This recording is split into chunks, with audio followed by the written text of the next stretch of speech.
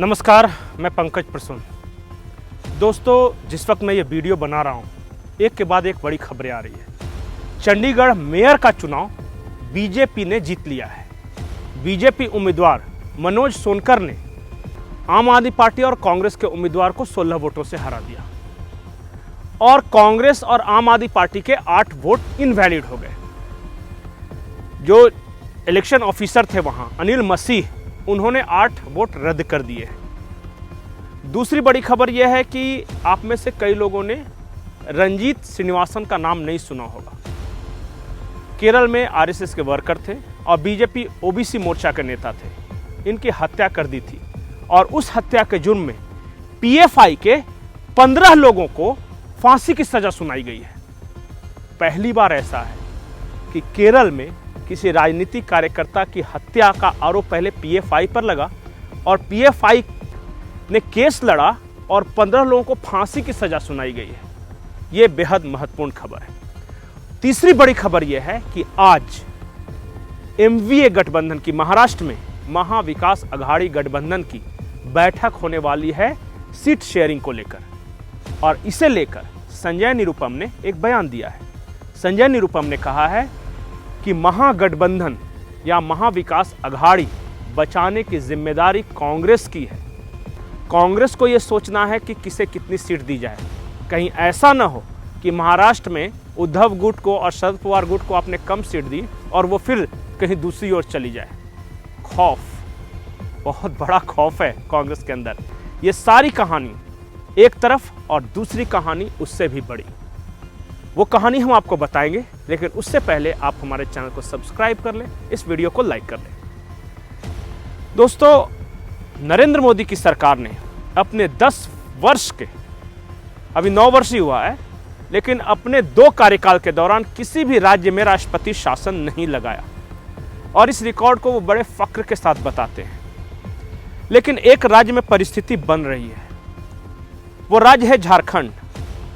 जिस वक्त मैं ये वीडियो बना रहा हूं, यानी मंगलवार को दोपहर 12 साढ़े 12 के आसपास, इस वक्त झारखंड के डीजीपी, वहां के गृह सचिव को तलब किया गया है और उनसे यह जानकारी ली जा रही है कि मुख्यमंत्री कहां है। आपको अगर नहीं पता है तो उस राज्य को चला कौन रहा है पिछले 36 घंटे से? क्या वहां संवैधानिक संकट है?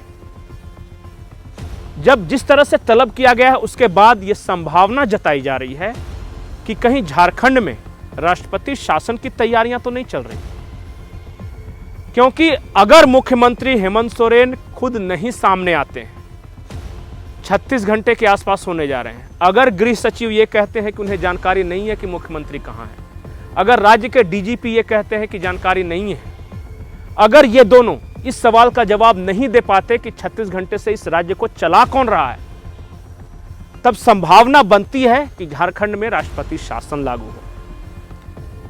क्या यह संभव है? क्या नरेंद्र मोदी की सरकार अपना रिकॉर्ड तोड़ देगी?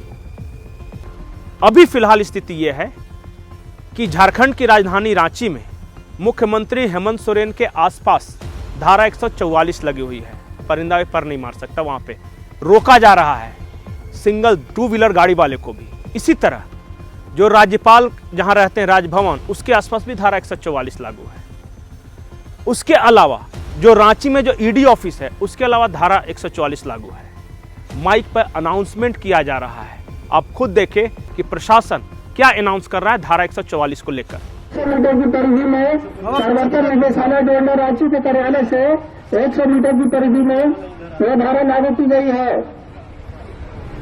किसी प्रकार का अस्त्र जैसे बंदूक, राइफल, रिवॉल्वर, पिस्टल, बम बारूद आदि लेकर निकलना या चलना, किसी प्रकार के हथियार हथियार जैसे लाठी, डंडा, तीर, धनुष, गड़ासा, भाला आदि लेकर निकलना या चलना सरकारी कार्य में लगे पदाधिकारियों और कर्मियों को छोड़कर गैर कानूनी है। धन्यवाद। तो देखा आपने, बड़ी विकट स्थिति है।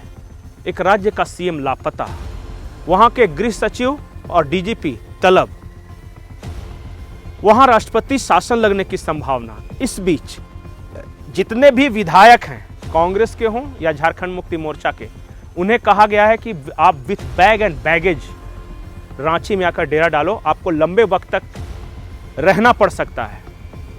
आखिर बैग के साथ क्यों बुलाया गया है जितने भी सत्ता पक्ष के विधायक हैं? क्या यह संवैधानिक संकट नहीं है? क्या झारखंड में राष्ट्रपति शासन लगने जैसी सिचुएशन नहीं है? आप अपने कमेंट सेक्शन में जरूर बताएं कि क्या चल रहा है झारखंड में। मुख्यमंत्री क्यों गायब हुए होंगे? वो कहां होंगे? 36 घंटे से उन्होंने अपने कहीं होने की सूचना किसी को क्यों नहीं दी? इसके पीछे रणनीति क्या हो सकती? क्योंकि झारखंड मुक्ति मोर्चा के जो प्रवक्ता हैं वो कह रहे हैं कि एक स्पेशल रणनीति के तहत मुख्यमंत्री गायब हैं। सुनिए कि झारखंड मुक्ति मोर्चा के प्रवक्ता मनोज पांडे क्या कह रहे हैं। देखिए, यह सब कुछ रणनीति है जिसका खुलासा नहीं किया जा सकता। तानाशाहों से लड़ने के लिए एकजुट होकर एक पुख्ता रणनीति के तहत हम लोग आगे बढ़ रहे हैं। इंतजार कीजिए, देखिए। एफआईआर दर्ज करा लिया है वहाँ अरगोड़ा थाना में कि राज्य के मुख्यमंत्री लापता हैं और इनाम की भी घोषणा कर रखी है। 11,000 कभी ब्रजभूषण शरण सिंह पर एफआईआर किया था क्या इन्होंने लापता होने का? और स्वामी चिन्मयानंद और सेंगर सरीखे इनके नेता जो थे, जो गायब हो जाया करते थे, उन पर भी एफआईआर होना चाहिए। इस तरह की हास्यास्पद बातें जो भाजपा के वरिष्ठ नेता अपने आप को मानते हैं, न करें तो बेहतर। तो सुना आपने, झारखंड मुक्ति मोर्चा के प्रवक्ता का कहना है कि रणनीति के तहत मुख्यमंत्री गायब हैं। इस देश के इतिहास में ऐसा कभी नहीं हुआ कि किसी रणनीति के तहत मुख्यमंत्री 36 घंटे से गायब रहें और देश दुनिया को पता नहीं रहे। आप फैसला कीजिए कि मुख्यमंत्री हेमंत सोरेन को जांच एजेंसियों का सामना करना चाहिए था या उन्हें इसी तरह भाग के छुप कर रहना चाहिए। कमेंट सेक्शन में अपनी राय जरूर दें। नमस्कार।